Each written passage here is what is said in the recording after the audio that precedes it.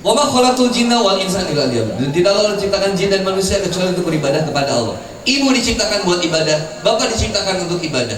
Maka ketika bersatunya, keluar Al-Quran surat Ar-Rum ayat 21, ada di setiap undangan pernikahan. Silakan lihat. Setiap saya jadi khutbah nikah, saya tanya mempelai pria dan perempuannya, udah hafal surat yang ada di undangan? Rata-rata dia bilang, sorry, belum sudah kan aneh pak. Bapak naik mobil, keluar dari rumah, ditanya sama ibu, Pak badai kemana? Kan dijawab, mau kemana? Itu mau kesana kemana? Kalau nggak jelas apa yang akan terjadi? Bapak keluar dari komplek, kelilingan nunggu.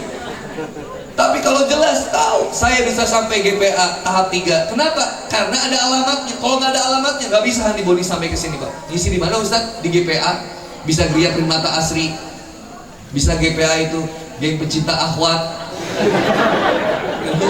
Yang mana? Oh Gria Prima Asri yang ada di daerah Bale Endah. Patokannya setelah pom bensin, kalau dari arah Muhammad Toha belok ke kanan sebelum ayam goreng Rencong. Yang seberangnya 100 meter sebelum situ ada Borma. Di depan Borma ada yang jualan kue pie. Kenapa Kang Boni tahu? Mertua saya dulu di daerah Pamengpe jualan besi, karena orang Panjalu juragan besi. Jadi saya menikahi seorang wanita yang cantik, solihah, benar. Tapi usahanya sekarang hancur. Ya gitu lah. Akhirnya rumahnya dijual, saya ke Kopal.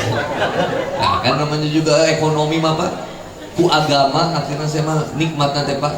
Jadi saya udah bilang sama istri saya, beunghar geus miskin tuh tinggal pae. Salam. Nah itu pak, ada jamaah nanya ke rumah Ustaz Boni itu Ustaz yang viral loh, nasional, ngisi kemana-mana, ke Korea. Saya udah internasional berarti. Tapi teboga iman, lain teboga, emang teka beli. Terus itu aneh kok ada Ustaz bisa sering dakwah jadi kebeli rumah loh, aneh. Kok saya sering dakwah jadi miskin ya?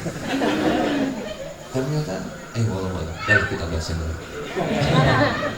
Nah, karena tujuannya itu ibadah, maka tujuan pernikahan adalah ibadah. Apa ibadahnya? Lihat ayatnya bu.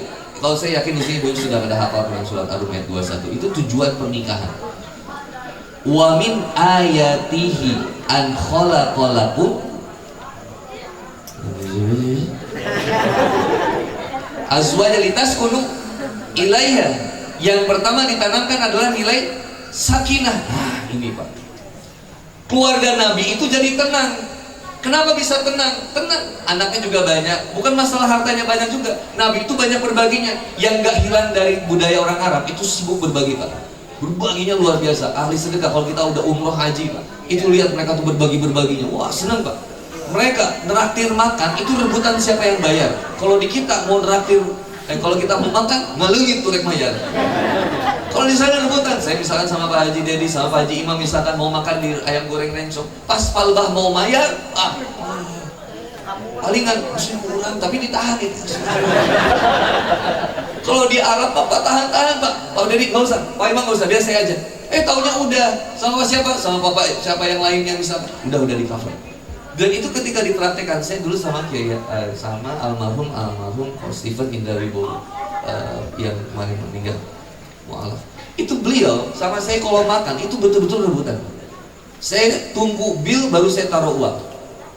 Tapi akhirnya ketemu trik yang lebih baru pak. Masuk kafe belum mesen makanan, udah deposit duluan. Didepositin dulu sama beliau, deposit 1 juta. Tanpa bilang-bilang tuh, deposit ya, yang ini kita nanti catat mejanya nomor berapa, ini deposit uang 1 juta, yang kurang nanti saya tambahin. Tapi intinya jangan biarin yang lain bayar, saya bayar dulu 1 juta. Bayangin, dulu sampai gitu ya. Sekarang saya praktekin untuk teman-teman saya, tapi kalau teman saya banyak, saya nggak praktekin. Bukan duit. Nah, maka ada sakinah, tenang. Keluarganya Nabi itu tenang. Kenapa tenangnya? Bukan dengan harta. Ibu itu tenang gak dengan harta? Coba saya tanya. Bahagia itu dengan harta atau bukan? Bu, bahagia itu dengan harta atau bukan? Oh, masa? Bapak percaya tuh? Diberi 100.000 saminggu ge eungap ibu mah. Istri saya sekarang punya skill baru, tara kemana-mana tapi eta kabeli hijab, kabeli tas, kabeli casing HP. Sebenarnya kamu tidak pernah keluar rumah tapi barang asa ada weh. Ternyata benar kata kiai saya dulu, nanti bakal nincak hiji zaman. Kumaha Pak Kiai, eta zaman gelo. Naon zaman gelo nanti punya saking ku gelona eta pasar pindah ke imah. Kan saya dulu nggak pikiran ya. Saya dulu kepikiran pasar pindah ke imah kumaha. Makanya imah orang eno tiba-tiba ngalapak gitu, bawang ngalapak saya tidak pikir. Sekarang kejadian pasar pindah ke rumah, Tokopedia, Shopee, paket itu suara misterius. Apalagi kalau udah bilang si tukangnya tuh, Afwan Ustaz ini COD, pas kurang lunah di mana tuh? Pemajikan mah dibalik hordengan sini. Kita horor bisa bilang. Oh, Akbar. Kemarin ada mau check out, apa ini check out? Saya cek virtual account. Begitu mau di check out, keluar nominalnya. So, hijab, aya no harga 7 juta. 1 set. 7 juta. Mam, iya. Hehe. Nah, sini saya. Duduk. Allahu la ilaha illallah. Ini rupiah, Pak. Ini juta. Sekarang deh di pasar taruh 700.000 menang 2 setel. 7 juta ada ternyata hijab yang model begini. Sakinahnya bukan sama harta. Banyak harta jadi masalah. Banyak gak orang kaya tapi bunuh diri? Ada? Orang miskin bunuh diri ada? Banyak, kita mah loncat di Citarum loba. Orang kaya belum tentu bahagia, orang miskin juga belum tentu bahagia. Kita itu bukan disuruh jadi kaya, bukan disuruh jadi miskin, karena nggak mustahil kita miskin. Karena kita itu sudah pasti cukup. Kenapa? Karena yang paling besarnya nikmat dari rezeki dari Allah. Apa nikmat yang paling besar? Iman dan Islam. Oke.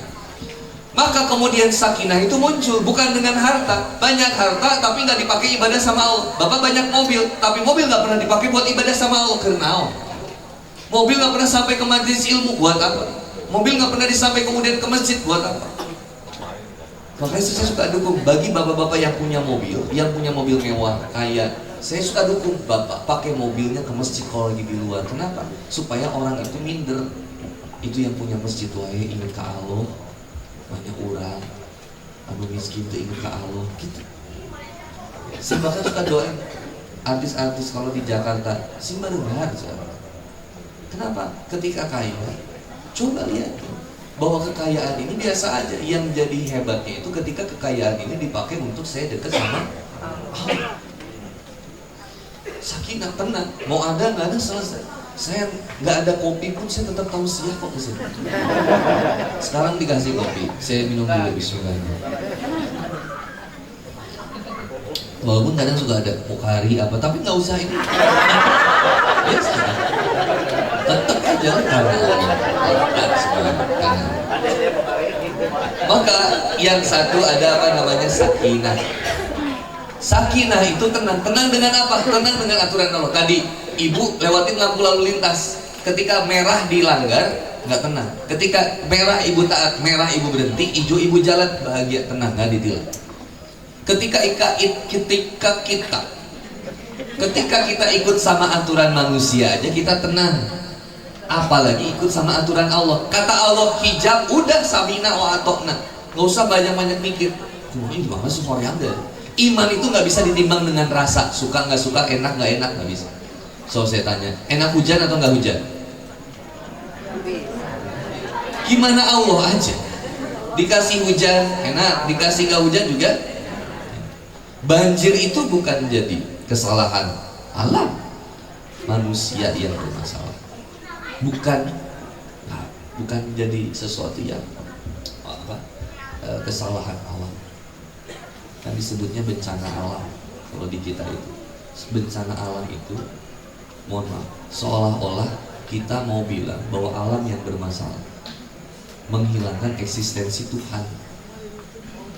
Ibu tahu nggak di daerah Dieng,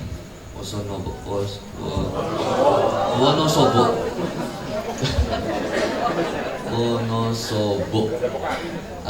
Itu di Dieng itu Pak, daerah situ Pak. Ada satu gunung yang kebelah kayak tumpeng Pak. Dan itu belahannya itu tiba-tiba jatuh. Ya, misalkan di sini gunungnya. Nah, ini misalkan ya Pak. Coba. Ini tumpengnya. Kalau longsor kan ke sini ya Pak, ke bawahnya. Ini enggak, potongan ini pindahnya ke sini.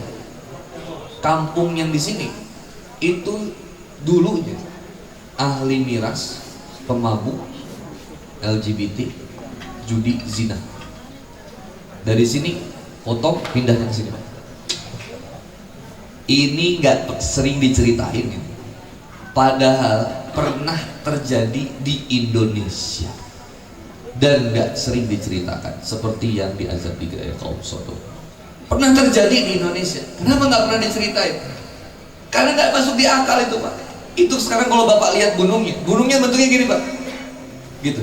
Yang patahan ininya pindah ke sini. Secara logika nggak masuk akal. Tapi iman itu yang kemudian kita yakini, kita tahu. Itu akan mengatakan itulah yang namanya peringatan azab dari Allah. Satu desa hancur Pak, satu RW apa ya? Satu desa hancur, nggak ada yang tersisa, meninggal. Pengakuan warga yang di sekitar situ, dekat-dekat desa itu semuanya bilang zaman dulu. Nanti saya ceritakan nama desanya apa. Dulu saya pernah bahas kalau nggak salah di Al-Fitrah waktu itu. Nah, orang yang yakin sama Allah Pak, tenang. Kenapa tenang? Ya karena dia tahu semuanya bakal dicukupi sama Allah. Asalkan apa? Bukan cuma dengan tenang, dengan yakin, namun dia tidak berusaha. Tetap harus berusaha. Tetap harus ada ikhtiar. Dan ikhtiarnya pun ikhtiar yang baik di jalan Allah. Contoh, oke, sekarang menikah, kita pengen menanamkan nilai sakinah, ketenangan. Maka setiap pasangan punya tanggung jawab, hak dan kewajibannya. Suami ada hak kewajibannya, istri ada hak kewajibannya. Yang paling simpel. Apa hak kewajiban suami? Halo, assalamualaikum. Apa kewajiban suami? Apa itu menafkahi?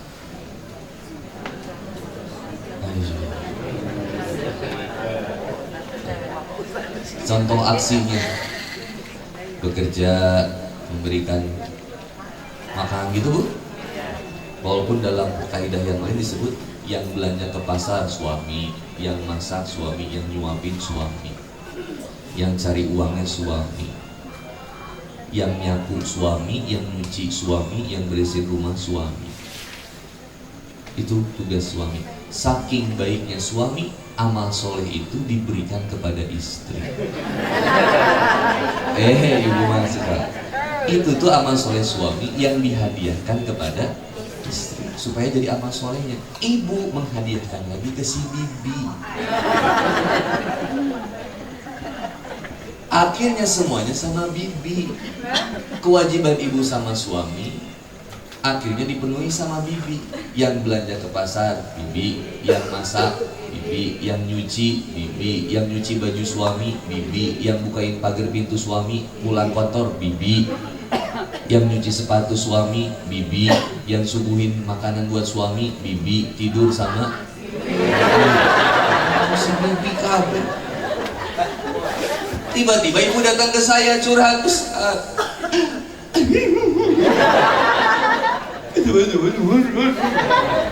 ibu-ibu kan kalau cerita itu nangis dulu baru cerita. Kalau laki-laki cerita dulu baru nangis. Kalau ibu mah datang-datang naon ternyata katanya capek.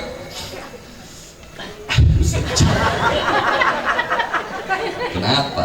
Capek sama suami. Saya dengar ceritanya sampai satu artis Pak dari Jakarta datang ke rumah saya, pakai Alphard mewah. Siapa? Cari rumah saya itu gampang. Kalau siang-siang cari aja yang ada jemurannya di atas pagar. Itu rumah saya.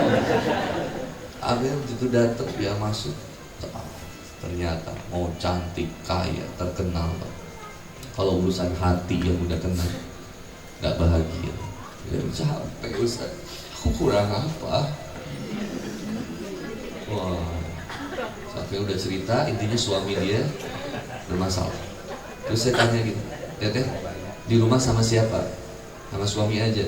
Enggak Ustaz, saya suami sama anak, sama ada bibi, pembantu. Ada berapa? Pembantu 3, supir 1. Pembantu 3 masih ngomong capek, ai maneh jero hate ya. Naonan wae ai maneh. Capek. Ternyata yang capek bukan fisik, batin. Kenapa batinnya? Karena jauh dari Allah. Ibu sama suami marahan, kenapa harus teriak-teriak? Karena telinga ibu dan suami berdekatan, tapi hati berjauhan. Bapak, dasar papa, beruang kutub. Mama, pingin toren. Gede pak, warna oranye. Pingin toren. Itu tak. Hak kewajiban istri, hak kewajiban suami, pahami. Nanti kapan-kapan kita bahas Bu. Ada kitabnya itu Bu. Gak usah kayak kita deh, terjemah aja kita bahas tentang bagaimana seorang suami bersikap baik sama istri. Masalahnya kadang dalam tausiah saya itu banyaknya istrinya hadir, suaminya nggak hadir. Maka suami nggak tahu nantinya ibu mau praktekin, akhirnya kata ibu, Ustaz nggak kompak Ustaz. Saya kasih tahu sama suami saya nggak mau. Suaminya jarang dengar tausiah. Kedua, Jumatan dia nundutan. Di sini ada Jumatan? Ada. Ketika Jumatan, khotib baru naik. Innalhamdulillah. Nahmadu wa nasta'inu wa nastaghfir. Terus kan mencuriga. Padahal Jumatan itu khusus buat siapa? Laki-laki. Maka yang harus hadir Jumatan di situ siapa? Kalau dalam Syafi'i kan orang sekitar. Yang dibicarakan masalah-masalah yang di sekitar. Maka yang datang pada saat itu ketika Jumatan, yang datang siapa? Itu pemimpin dan calon pemimpin. Siapa? Laki-laki semuanya. Dikasih tahu laki-lakinya. Ya ayyuhalladzina amanu taqullah, hai orang yang beriman, bertakwalah kepada Allah Subhanahu wa taala, tinggalkan yang kata Allah larang, kerjakan apa yang kemudian Allah perintahkan. Lalu kemudian dibahas apa yang kemudian jadi permasalahan yang ada di sekitar kita. Hati-hati misalkan tentang apa? Tentang kemudian rumah tangga, bagaimana kemudian masalah ekonomi, sesulit apapun ekonomi kita, jangan pilih jalan judi kemudian jadi jalan yang terakhir, pinjol atau yang lain-lainnya. Ayo kemudian senantiasa kita tegakkan sholat. Dikasih tahu, bapak pulang kasih tahu sama istri, mah tadi Jumatan membahas ini. Sok itu tuh. Halo, assalamualaikum. Jumatan kemarin suami pulang cerita nggak tadi Jumatan bahas apa? Nah, tante sambung jadi nanti. Hayo ngomong ke pas budak saya bayarin. Hayo tentang bayarin. Hari masalah agama karena dibahas. Tapi ini komplek GPA. Bapak-bapaknya ada. Suaminya ada, ibu-ibunya juga ada. Tepuk tangan buat semuanya. Meskipun bapak-bapaknya malas, karena bapak-bapak itu Bu, susah. Kita itu laki-laki susah ngedenger nasihat. Kita itu senangnya ngopi, santai, ngobrol. Obrolan laki-laki di atas jam 10 malam Bu, Masya Allah. Politik diomongin, capres, cawapres diomongin, Dajjal keluar ilaha diomongin. Itu Bu, diomongin. Tapi kok kadang ngobrolan teh di versi mau nyambung tadi saya pernah nemenin bapak-bapak ngobrol di saung itu dari jam 8 ngomongin pertama tentang kerjaan, wah buat ngomongin berikutnya motor, otomotif, ulin, oke ulin tadi meskipun itu terjadi pasti dah. Ngomongin dari gosip, gosip artis yuk joglok gue. Yuk seksi di jenar, wah, wayang, wah, Dajjal balik, weh. Sudah namanya random pisan. Kalau ibu-ibu kan yang ngomongin kita paling ngomongin tetangga ya. Ibu mah itu kadang yang ikut ke pengajian kan sering ngelirik, tuh siapa ibu itu namanya tiup nanti nyenglet. Maka hak kewajiban suami dipahami, hak kewajiban istri dipahami. Maka kemudian ngobrol, mohon maaf, saya sampaikan metode. Tapi kalau bisa dipraktikkan, alhamdulillah. Kalau enggak, latihan. Yang pertama, ketika sudah sama-sama memahami itu, kita pengen kayak Rasulullah SAW. Praktikkan kayak Nabi. Nabi itu ngobrol sama istri pada Isya. Sama suami istri ngobrol pada Isya. Nabi itu tidurnya pada Isya. Jadi pada Isya sampai jam 9, jam 10 bobo. Bangunnya jam 1. Seperti di seperempat malam sampai subuh, baru kemudian Nabi azan awal tidur. Tidurnya Nabi sehari 3 kali, 1 sebelum subuh, 2 sebelum zuhur, 3 setelah isya. Tidurnya Nabi, tidurnya sedikit. Kita sedikit-sedikit. Itu bedanya kita. dan tidurnya kita lama. Kemudian keluarlah kata kata dokter. Kalau Bapak lihat ada dokter Zaidul Akbar, itu bagus Pak. Follow Instagramnya, beli bukunya Jurus Sehat ala Rasul, banyak tuh di situ Pak. Kemudian kata beliau kan, gorengan itu dihindari, gorengan bala-bala karena tidak sehat, pagi-pagi makan. Saya ketika bahas gorengan itu udah kayak mutlak buat saya tuh Pak. Maka setelah itu saya berhenti dengar tausiah beliau. Waduh, bercandaan saya sama beliau. Saya tuh seneng karena apa? Beliau kasih tahu tuh buat yang GERD. Saya sembuh GERD itu karena alhamdulillah wasilah dari ilmunya beliau. Saya sembuh GERD itu kasih tahu di sini kasih ini. Tambah kemudian ilmu tentang bagaimana kemudian kita menenangkan pikiran kita. Karena GERD itu salah satunya dari stres. Nah, dikasih tahu sama beliau, orang yang tidur lebih dari 5 jam dalam satu hari potensi kematiannya lebih tinggi. Maka seseorang itu diajak sama Nabi tidurnya sedikit, banyak amalnya, banyak hidupnya. Ibu tidur kelamaan itu capek pas bangunnya, benar gak sih? Capek. Nah, Nabi bilang hindari tidur di 2 waktu. Satu setelah subuh sampai jam 6 berarti. Yang kedua setelah asar. Jangan tidur di 2 waktu timbulnya tanduk iblis. Itu waktu setelah subuh dan setelah asar, itu waktu dimana munculnya tanduk iblis. Kalau tidur di situ, itu bikin jiwa kita jadi banyak sakit penyakitnya, Bu. Banyak sakit, emosian, stres. Bapak tidur pada asar dibangunin sama ibu maghrib, yakin ngadap kata pasti. Ngagru segala macam.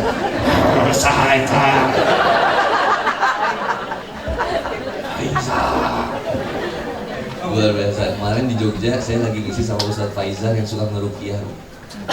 Ada salah satu pasien yang kesurupan di rukiah sama Ustadz Faizar. Ternyata jinnya jin orang Sunda. Ustadz Faizar orang Jogja. Langsung Ustadz Faizar, panggil Kang Boni. Penerjemah jin Sunda. Ternyata jin ada yang dari Sunda. Jadi ngobrol dulu di mana-mana di Subang gitu. Ya Allah, ulin gak Jogja. Apa-apaan kita gitu jina bareng. Nah, maka ketika kemudian kita sudah paham, tidurnya Nabi itu 3 sebelum subuh. Jadi, kalau Bapak lihat di Mekah, azan itu ada 2. Ada azan awal. Azan awal itu ciri amal ibadah malam itu selesai. Lalu kemudian istirahat sejenak, membaringkan sejenak. Baru kemudian bangun lagi, lalu kemudian duduk, kemudian sholat. Nah, kalau sebelum zuhur itu udah dipraktekin di Cina sekarang Pak. Di Cina udah dipraktekin untuk tidur siang dan meningkatkan kecerdasan anak. Di sekolah saya kalau nggak salah anak saya itu diajak tidur siang juga. Di sekolah anak saya yang kedua itu diajak tidur siang. Jadi sekolahnya bawa bantal, ditaruh bantal di sekolahnya, pas waktu siang dicurug bobocian. Maka kalau Bapak punya kantor, perusahaan kantor Bapak, pas masuk sebelum zuhur, ajak tidur 15 menit. Tidur ada 3, ada deep sleep, light sleep, REM sleep. REM sleep adalah rapid eye movement sleep. Rapid eye movement, nantilah kita bahas tentang tidur, supaya saya diundang lagi. Nah, maka kemudian Nabi itu sedikit tidurnya, banyak aktivitasnya. Lalu kemudian Nabi itu apa lagi? Banyak sedekahnya. Jadi Nabi sedikit-sedikit sedekah. Kalau kita sedekah sedikit.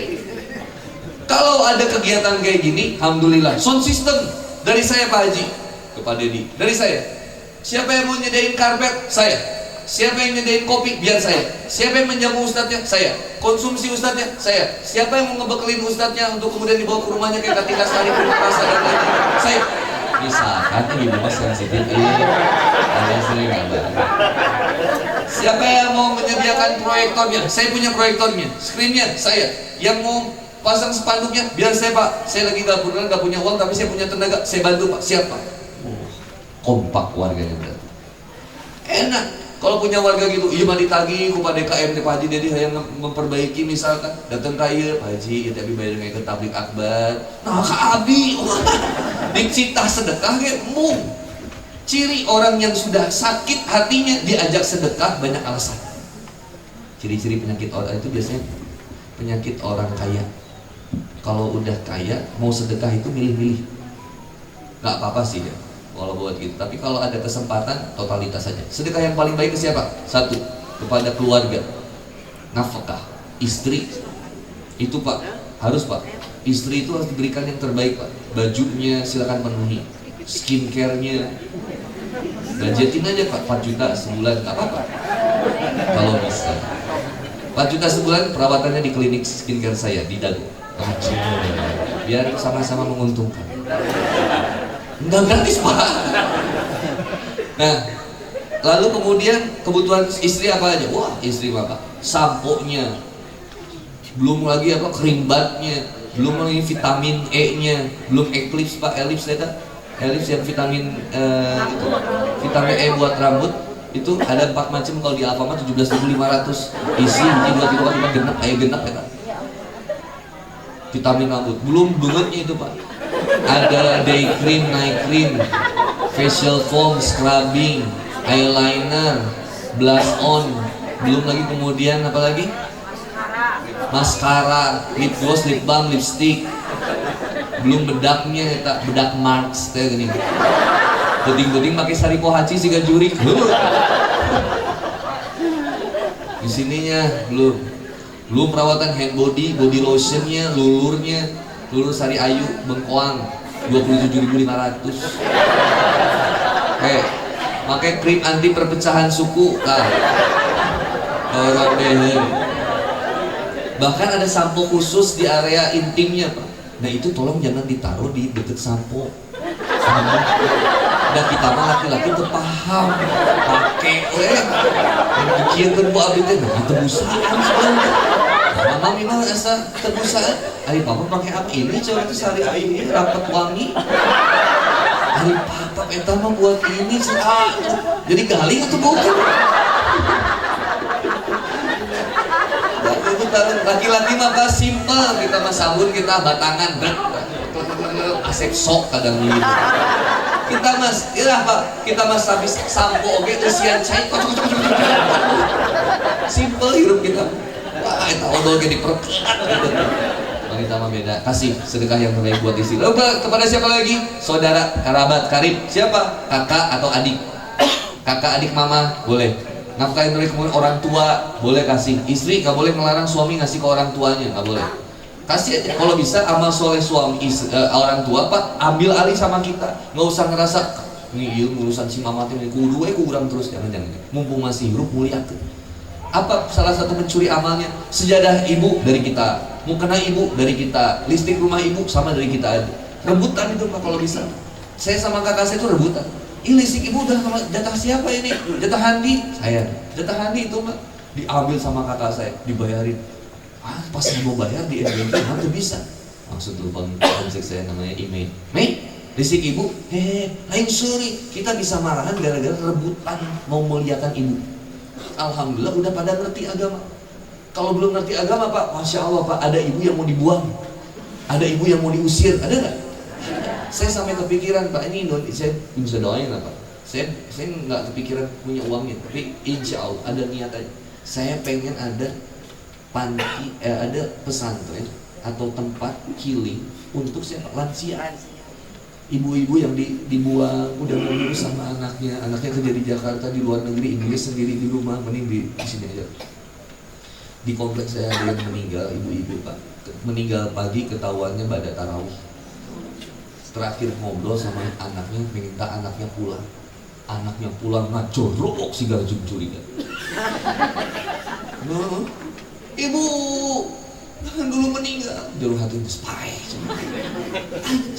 Ibunya kalau masih bisa ngomong gimana tuh Pak?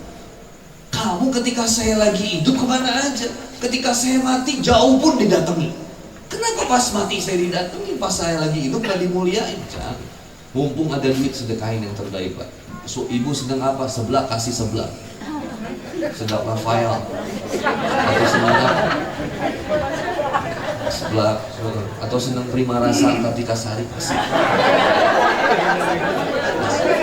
Jangan simpultis, dengan mode ibu masih ya sampai jam 10 bentar lagi nih Pak.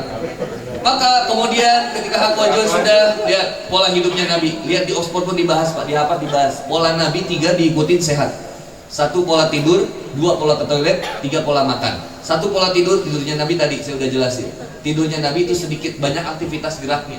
Lalu kemudian tidurnya Nabi itu sebelum tidur cuci tangan semua, wudu dulu, kemudian tidurnya ngadep ke kiblat. Kalau kiblatnya ke sana berarti tidur ibu ngeyengnya begini. Nah, gitu ya, harus dipraktekkan tuh jadi sehari. Susah ya koreannya. Ayo biar satu. Nah, tidurnya berarti gini ya, Bu. Kira. Tangannya begini. Dimasukin ke sini tidurnya ngadep ke kiblat. Ngadep ke kiblat. Posisi jantung kiri atas, bukan di kiri bawah karena ketekan nanti ibu sesek. Nabi nggak suka tidur yang terlentang, apalagi tengkurap, apalagi sambil kayang, nggak suka. Biasa. Jadi tidur itu ke sana posisinya. Kasurnya berarti gimana? Berarti kasurnya begini, ya kan? Ya, kasurnya begini. Baru kemudian ke sana. Yang nggak boleh ngadep ke kiblat apa? Toilet. Ibu pup membelakangi atau ngadep kiblat nggak boleh. Bagusnya gimana? Nyamping. Berarti kalau kiblatnya ini ke sana ya. Berarti toilet itu ngadepnya ke sana. Jangan ke sini. Saya 2 kali pindahan kontrakan sama yang sekarang itu merubah toilet terus. Jarang ada yang tahu. Nggak boleh ngadep ke kiblat, nggak bagus. Bukan secara feng shui ini, bukan. Lalu kemudian tidurnya Nabi gimana? Tidurnya Nabi itu tadi jam 9 itu tidur. Lihat di dalam Quran, Allah jadikan malam itu untuk istirahat. Makanya sebenarnya kalau kita ngaji jam segini, kita lagi kehajar nih waktu malam. Bapak bisa istirahat sekarang, boleh bangunnya nanti jam 3, jam 4. Berarti anggaplah ini menjadi ibadah di malam pertama. Karena ini termasuk amalan Qiyamul Lail, Pak. Tapi malam pertama. Kan yang terbaik itu malam yang ketiga, di atas jam 2 sampai sebelum subuh. Jadi kalau ibu mau biasa sholat subuh, biasa tahajud, maka sekarang ibu tidur bisa jam 11 atau jam setengah 11 tidur ibu. Yang biasa bangun ibu jam 2 subuh, sekarang malam ini jadi jam setengah 4 atau jam 3. Karena kasih waktu tidak buat istirahat. Siangnya nanti ibu ngantuk, bapak ngantuk, pakai buat tidur istirahat 15 menit. Namanya deep sleep. 15 menit terpejam, nggak sampai tidur, tapi tenang. Atur pernapasan. Enak gitu. Di mobil itu enak juga, tidur tenang sebentar tapi berkualitas. Siang memang harus diistirahatin sebentar, maka kemudian disegarkan lagi dengan air wudhu. Tidurnya Nabi seperti itu, bersih, lalu dikepukin kasurnya, Pak, dengan bacaan-bacaan istighfar. Lalu kemudian sebelum tidur Nabi beristighfar sebanyak 70-100 kali. Lalu kemudian Nabi membaca surat Al-Baqarah 1-5 dari Al-Fatihah, Al-Baqarah 1-5, Al-Baqarah ayat kursi 255, 256, 257, Al-Baqarah 3 ayat terakhir, baca Trikul, Al-Ikhlas 3 kali, Al-Falaq 3 kali, An-Nas 3 kali. Kalau ada waktu baca Al-Mulk. Saya baca itu sunnah-sunnah Nabi sebelum tidur. Pertanyaan isi saya, irah sarena ya? Oh nggak bisa. Insya Allah panjang. Tapi kalau ibu lakuin, Insya Allah. Insya Allah. Kalau ibu lakuin karena Allah dan Rasulnya, yang pertama ibu sehat, yang kedua seger, 3 bahagia, yang keempat bisa berjumpa dengan Nabi Muhammad SAW di mimpi. Insya Allah. Insya Allah. Ciri ibu udah mimpi sama Nabi, beres bangun wangi ruangan itu, tiba-tiba wangi ya. Wangi kayak out gitu ya, haru itu wangi ya. Wangi ya. Ruangan sekitar wangi, bukan ada penyemprotan ngaruh ruasnya gitu, Pak. Itu saya suka, mau sih ya. Saya pernah tidur di jamaah saya di Bintaro itu, Pak. Jamaah saya rumahnya besar. Oh, setelah mau istirahat di sini aja, yuk saya sekarang. Saya tidur di situ, ternyata malam-malam itu pas lagi hening itu, Pak. Astagfirullahaladzim, ternyata saya lihat ada mesin, Pak. Di imah urang mah umum gitu rek make pewangi teh Stella gantungkeun di kipas angin. Tinggal mulai Nah, tidurnya Nabi itu. Insyaallah. Kalau bangun, Pak, mimpinya Nabi cahaya. Cahaya di mimpi itu.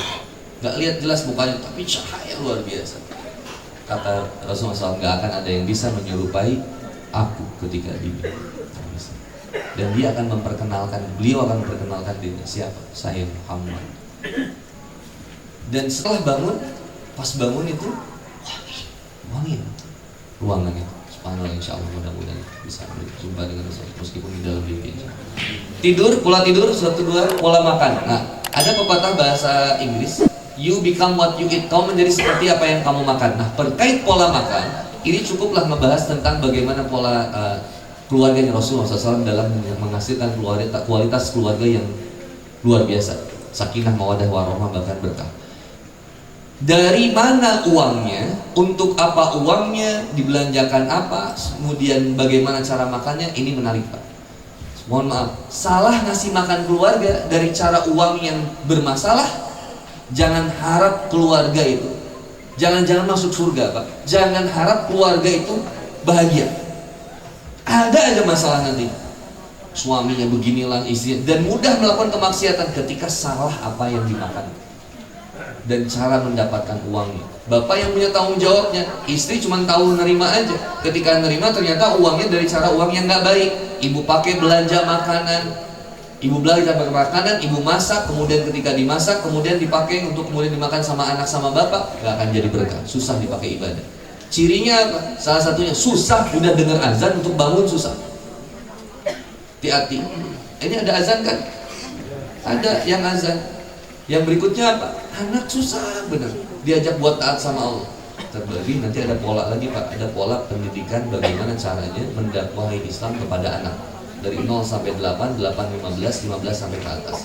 Nggak akan saya bahas sekarang, saya supaya diundang lagi. Nah, pola makan ini Pak, dari caranya dulu, kerjanya apa? Meskipun misalkan cuma dagang cilok, tapi jualannya halal, caranya berkah, insya Allah berkah itu keluarga.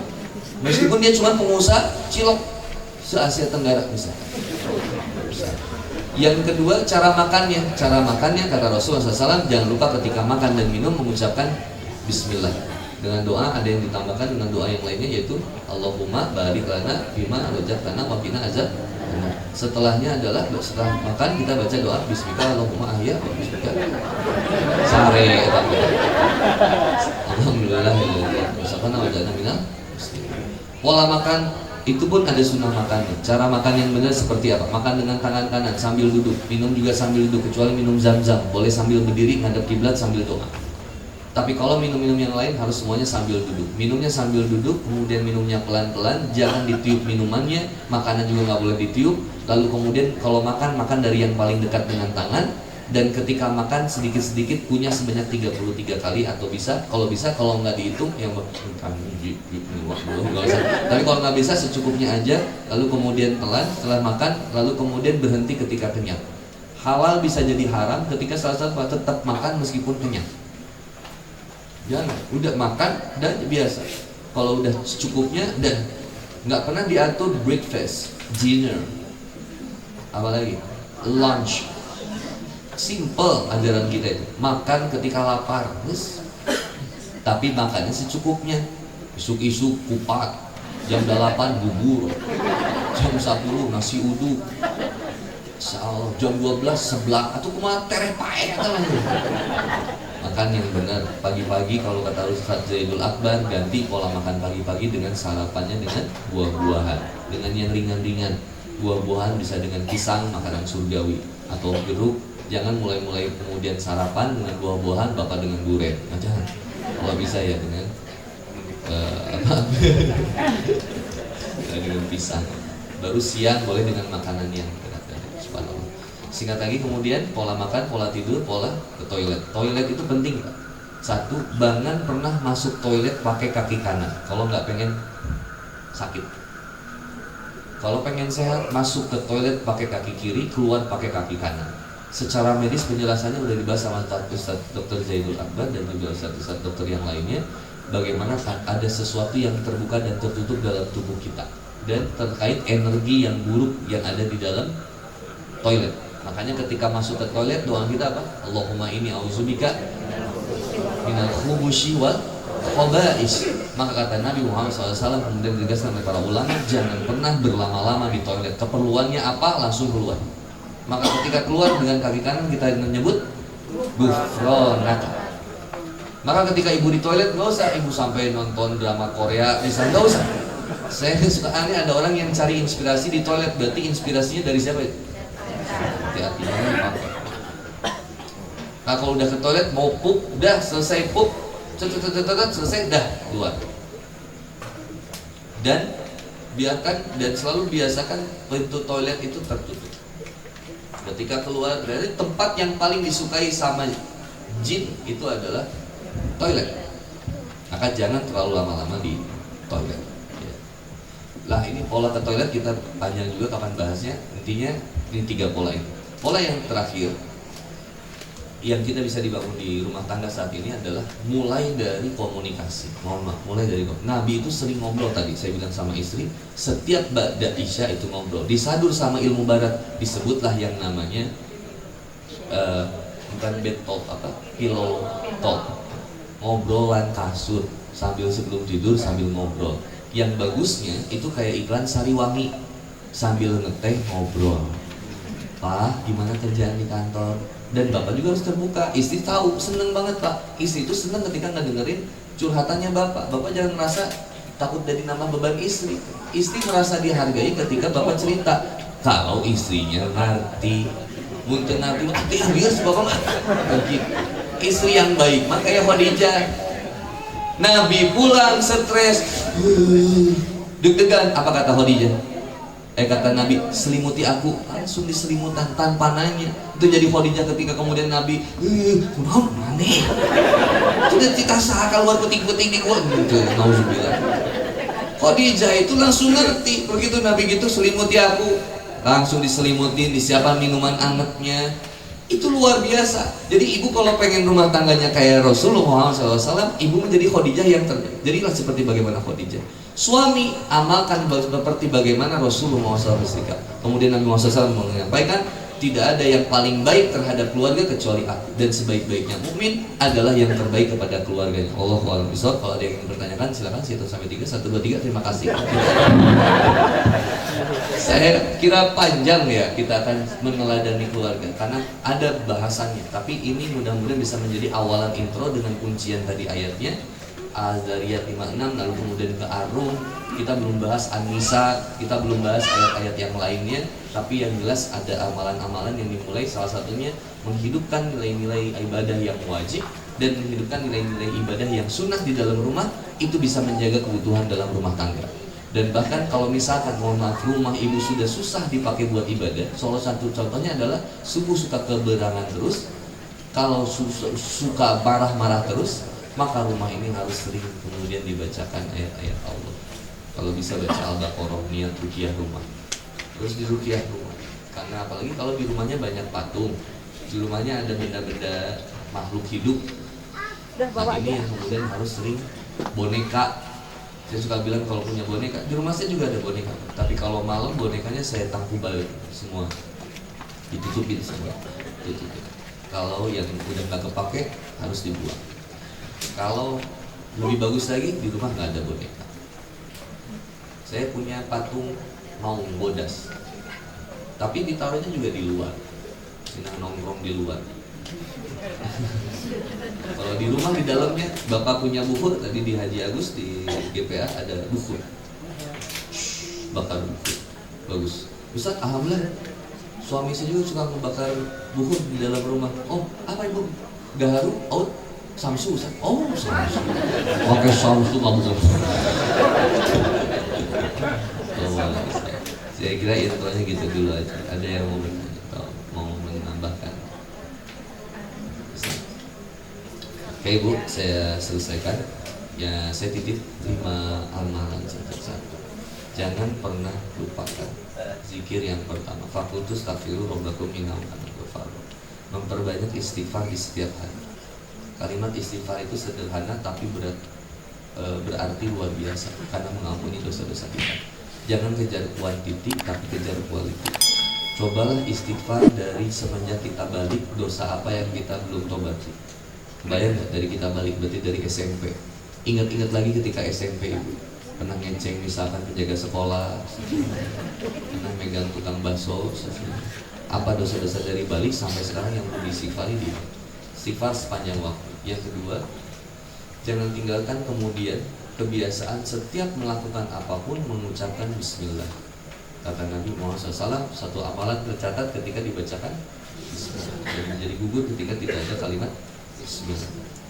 Termasuk lihat handphone. Saya bilang handphone ini penting karena bisa merusak iman dan merusak jiwa kita, pikiran kita. Maka setiap mau buka handphone, kalau Bapak hafal Quran surat Al-Mu'minun ayat 97, doanya Rabbi a'udzubika min hamadzati syayatin wa a'udzubika Rabbi ayyahdurun, supaya nanti apapun yang kita lihat dari handphone ini tidak menjadi fitnah, tidak menjadi ilmu yang buruk, bahkan mengajak kita kepada kemaksiatan atau tergoda dengan WhatsApp dari janda-janda pirang. Udah yang mana? Ini bahaya kan? Ibu-ibu juga gak selalu lihat gosip, maka berlindung dulu sama Allah. Begitu buka lognya, Bismillahirrahmanirrahim, baru lihat, baru ngechat bapak, baru ngechat siapa. Kalau ibu sering marahin suami lewat WhatsApp, saya sampaikan kepada para suami, jika istri WhatsApp marahnya lewat WhatsApp, tekan yang lama, hapus, nggak usah dibaca. Hapus apa? Karena lisannya sudah bercampur dengan lisan iblis. Karena istri itu berpikirnya dengan rasa dan pikiran.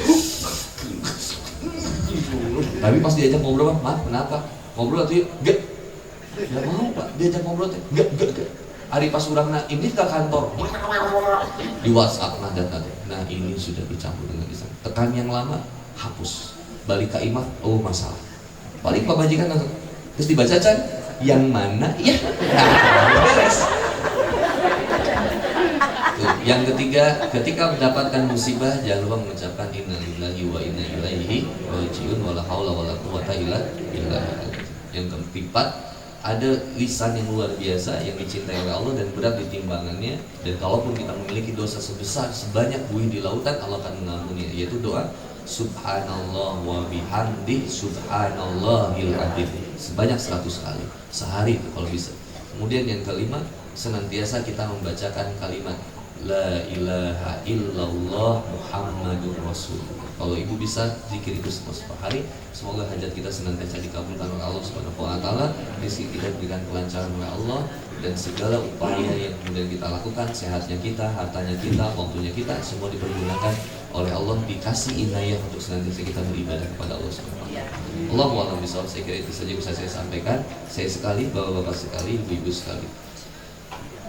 Allahumma anta rabbi la ilaha illa anta khalaqtani wa ana abduka wa ana ala ahdika wa wa'dika mastata' a'udzubika min syarri ma sana'tu abu'u laka bi ni'matika alayya wa abu'u bidzanbi faghfirli fa innahu la yaghfiru dzunuba illa anta rabbana hab lana min azwajina wa zurriyyatina qurrata a'yun waj'alna lil muttaqina imama Rabbi habli minas solihin.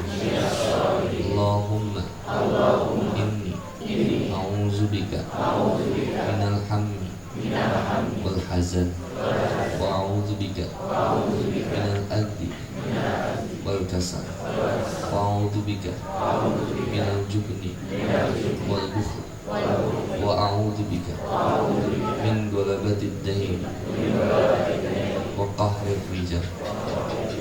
Allahumma inna nas'aluka ridhoka wal jannah wa na'udzubika min sakhatika minan nar. Rabbana atina min ladunka rahmatan wa hayyi lana min amrina rasyada. Rabbana atina fid dunya hasanah wa fil akhirati hasanah wa qina azabannar.